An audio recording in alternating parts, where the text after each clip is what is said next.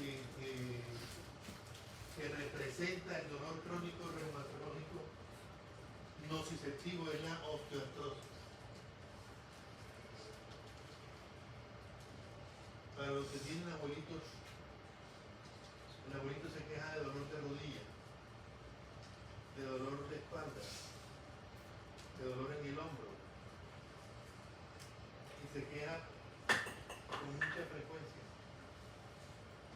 La osteoartrosis es una patología en donde se produce un deterioro del cartílago articular y se produce una lesión del hueso subcondral. Eso lleva a dolor de la articulación afectada. Usualmente las rodillas, usualmente los hombros, la columna lumbar,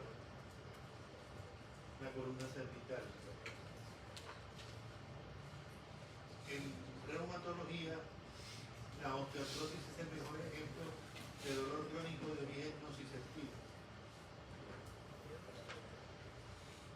El dolor lumbar puede ser también un ejemplo, aunque el dolor lumbar tiene características o puede tener características de dolor neuropático.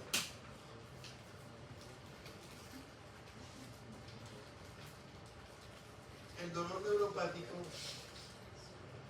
se presenta cuando hay una lesión del sistema nervioso, usualmente el sistema nervioso periférico. Ejemplo de eso, la neuropatía diabética. Ejemplo de eso, la neuropatía por serpetis.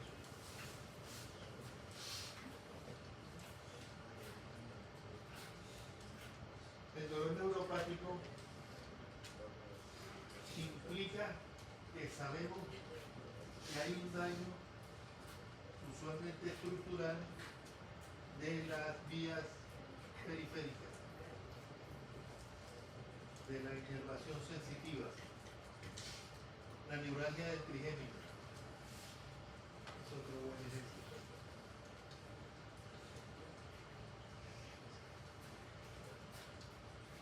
La neuropatía diabética, la neuralgia del trigémino, la neuropatía posherpética, el síndrome del túnel del carpo, el síndrome del canal de Guyon, son todos ejemplos de dolor neuropático. Entonces, en este dolor hay una lesión del sistema nervioso.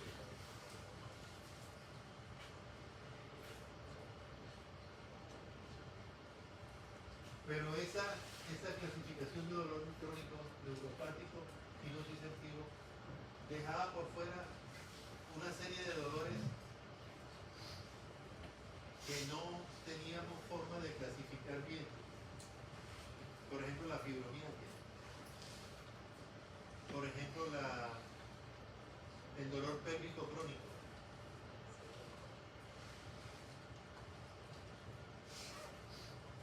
Son pacientes con dolor que no tienen un daño neuropático, pero tampoco tienen un daño tisular. O sea, no es nociceptivo y tampoco es neuropático. No es nociceptivo ni tampoco es neuropático. Entonces, en el año 2017, el órgano rector de las políticas de dolor en el mundo decidió darle un nombre a ese tipo de dolores. Y apareció lo que se conoce con el nombre de dolor nociplástico. Ahí incluimos pacientes con fibromialgia, colon irritable, dolor pélvico crónico, en donde hay una alteración en el procesamiento del dolor. O sea, el dolor se produce por disfunciones a nivel del sistema nervioso central. No es el sistema nervioso periférico.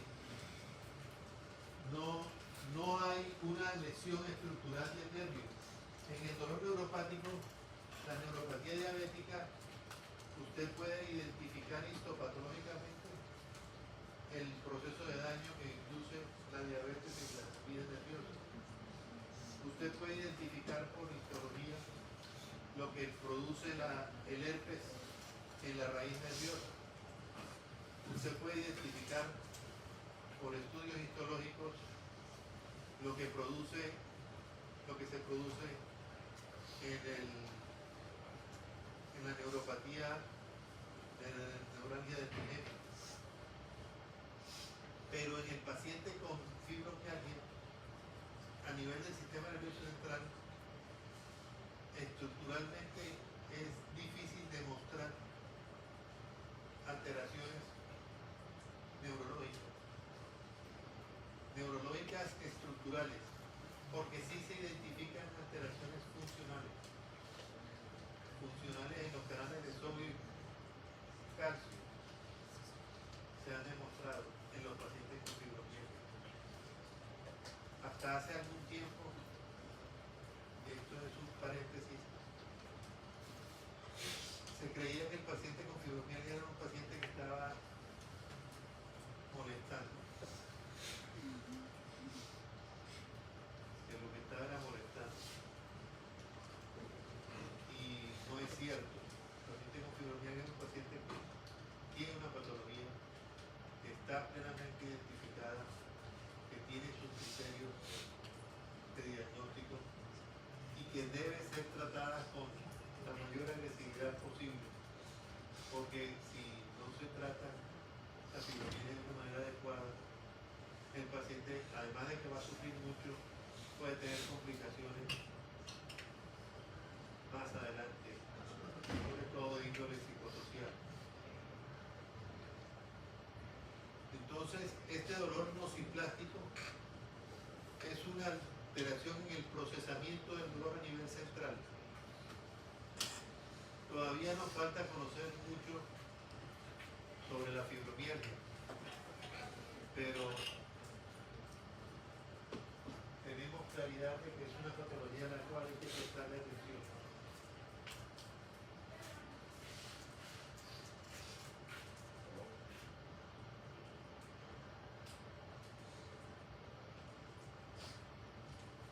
Hay otras clasificaciones del dolor según la índice perverso volumen.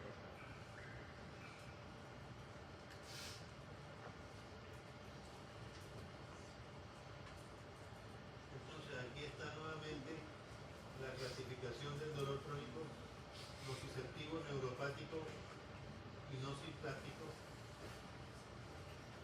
Los ejemplos, ven ustedes, nociceptivo, ya les decía, la osteoporosis, la gota, el dolor neuropático de la neuropatía periférica, diabética, neuralgia poherpética.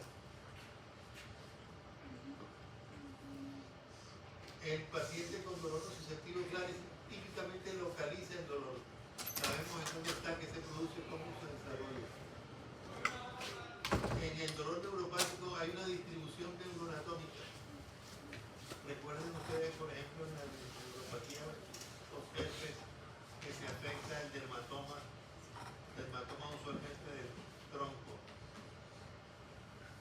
Y tiene una característica, que es que se acompaña de síntomas adicionales como parestesias, entumecimiento, de predominio, usualmente de predominio nocturno. El paciente se queja más de los síntomas de neuropatía periférica en la noche. También se puede presentar durante el día, después del reposo. Entonces, cuando ustedes pregunten si el paciente tiene dolor neuropático, la respuesta debe incluir es dolor de mayor intensidad durante la noche. Si es mayor intensidad durante la noche, eso nos orienta a dolor neuropático. En cambio, el dolor nociplástico en donde la fibromialgia es el mejor ejemplo, no tiene una distribución neuroanatómica porque no hay un compromiso neurológico específico. El paciente dice que le duele por acá. Usualmente comienzan por dolor en la región cervical. Se quejan de dolor en la región cervical, pero no tiene una distribución neuroanatómica. El paciente dice que le duele todo y usualmente va acompañado de fatiga, alteraciones en el estado de ánimo, alteraciones del sueño, duermen poco, cognitivas, se les olvidan las cosas y síntomas depresivos importantes. Si usted encuentra un paciente que no le ubica, el paciente se queja de dolor y usted no puede ubicar la causa del dolor, no puede ubicar el origen del dolor, si tiene síntomas cognitivos, síntomas depresivos, ese paciente tiene fibromialgia y hay que tratarlo.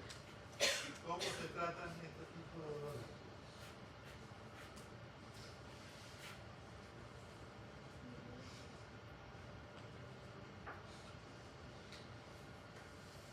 Se proponen estos medicamentos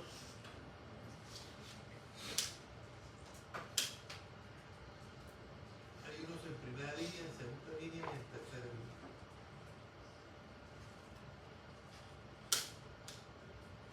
Pero debe quedarles claro lo siguiente.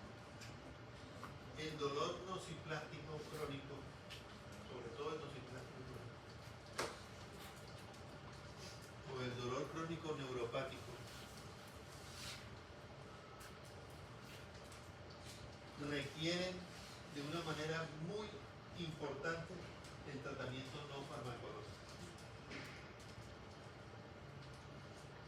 Desafortunadamente los médicos somos tendientes a considerar que lo que prescribimos es lo que sirve. Y sí, prescribimos acetaminofén 500 miligramos cada 6 horas y ibuprofeno 400 o 800 miligramos cada 8 horas y venga dentro de un mes. Esa prescripción puede ser correcta, pero si no va acompañado del tratamiento no farmacológico, no va a producir beneficio para el paciente. El beneficio va a ser marginal. El beneficio no va a ser todo lo que usted quiere. El dolor crónico, sobre todo el nociplástico, el manejo no farmacológico es tan importante como el manejo farmacológico.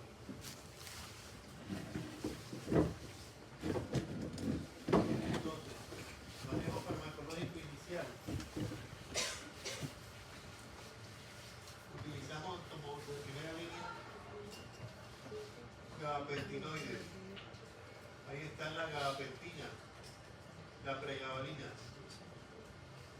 Podemos utilizar también antidepresivos tricíclicos, la amitriptilina.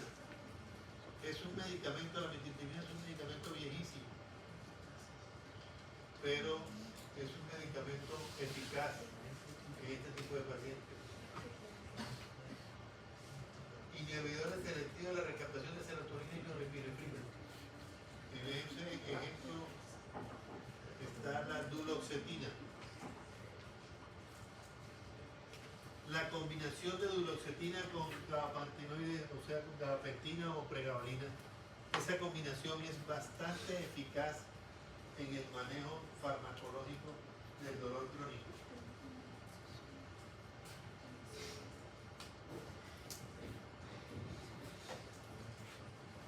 La combinación de gabapentina con duloxetina.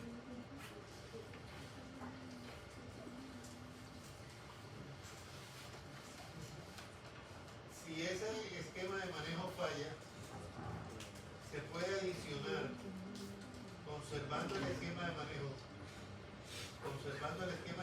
se puede adicionar una segunda línea con medicamentos como lidocaína, capsaicina, opioides o el tramadol. Hay estudios interesantes con ketamina en infusión. Y si esto falla, entonces recurrimos a lo de tercera línea, opioides como la morfina, la oxicodona,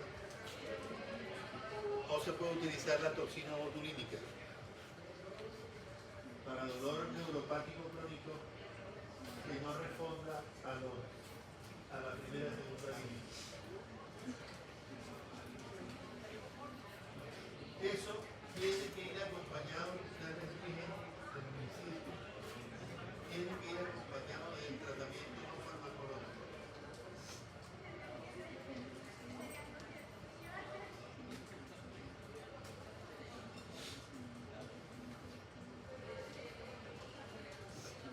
El ejercicio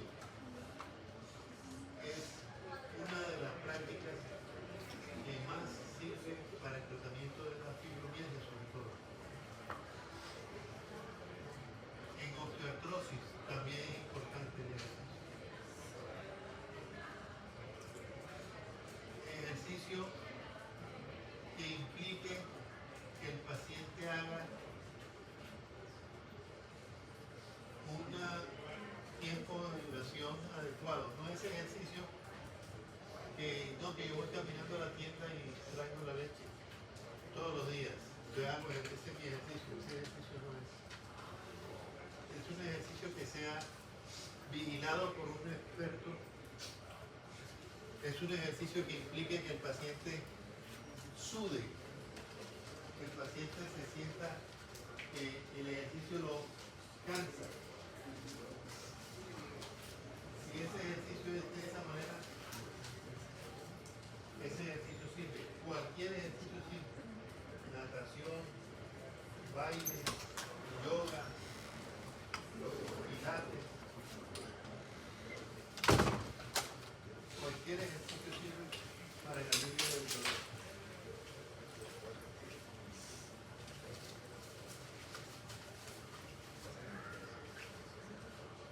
Masajes, neuromodulación con estimuladores, la acupuntura, incluso el placebo sirve para el manejo del dolor crónico. Prácticas de mente-cuerpo, de relajación, apoyo psicológico. Recuerden que el paciente con dolor crónico tiene altas tasas de depresión. Los pacientes con dolor crónico, en los pacientes con dolor crónico hay tasas más altas de suicidio que en pacientes sin dolor crónico. Entonces el apoyo psicológico es fundamental.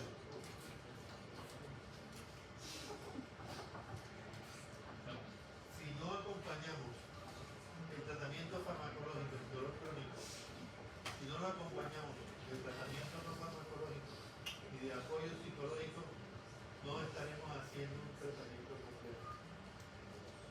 Será un tratamiento incompleto.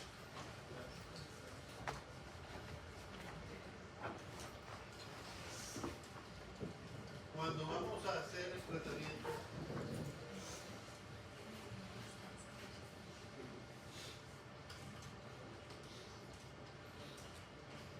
tenemos que saber el tipo de dolor.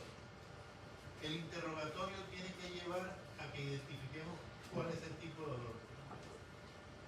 Si es un dolor agudo, que dura menos de 3 meses, que podemos identificar la causa,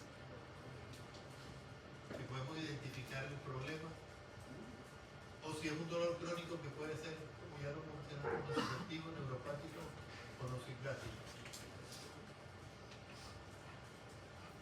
La historia clínica tiene que ser muy completa. La historia clínica tiene que dar información de qué tipo de dolor tiene el paciente. Pero la historia clínica también es importante para saber qué tipo de paciente tiene el dolor.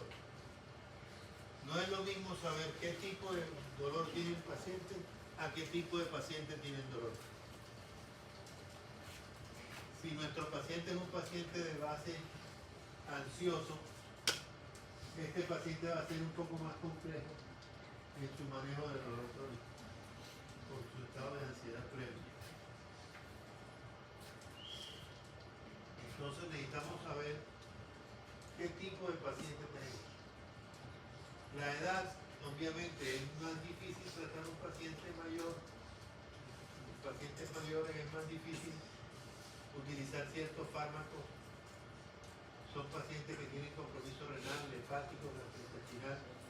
Entonces no podemos dar con toda libertad los medicamentos. Tenemos que ajustarlos de acuerdo a la edad, de acuerdo al compromiso renal, hepático. Si es un paciente diabético, es mejor, es más, se les sugiere que no utilicen antiinflamatorios no esteroideos, por lo menos por tiempo prolongado. No deben utilizarlo en el diabético. Si el paciente tiene antecedentes de hepatopatía, los antiinflamatorios no esteroideos, el acetaminofén también tendrán cierta restricción. En personas mayores,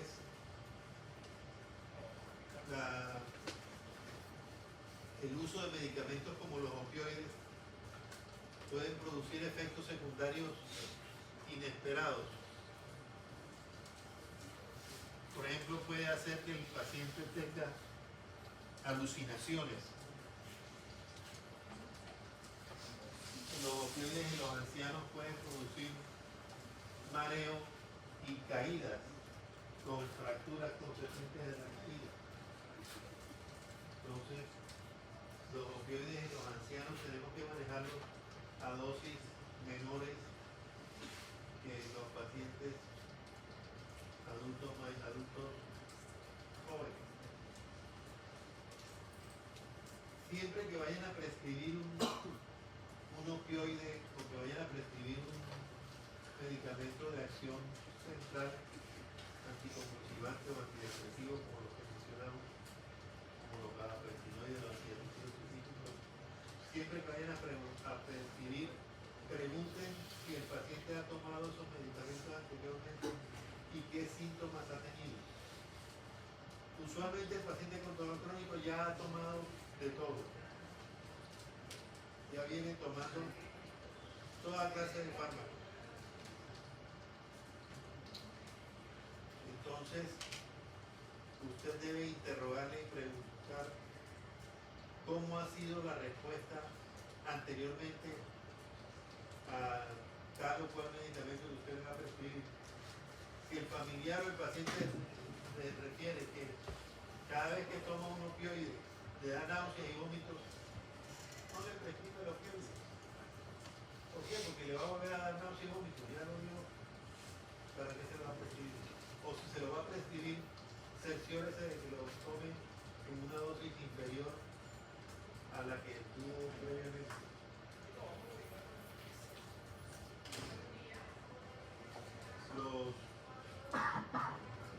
Los opioides pueden ser un buen analgésico, bien utilizados, pero mal utilizados pueden ser un gran problema, no solamente por los efectos secundarios, sino también por la adicción. Ya ustedes han visto cómo están las noticias plagadas de la epidemia de adicción a los opioides que hay en los Estados Unidos. La cantidad de gente que está muriendo por uso inadecuado del fentanilo. Entonces, cuando vamos a prescribir tenemos que tener en cuenta eso, aspectos como la edad, como la raza y las comorbilidades.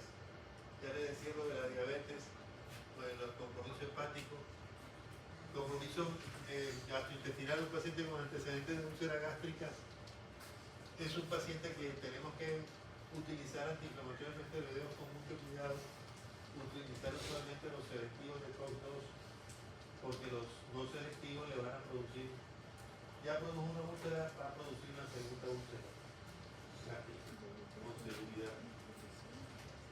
Entonces, tenemos que saber qué tipo de enfermedad tiene el paciente y qué tipo de paciente tiene la enfermedad.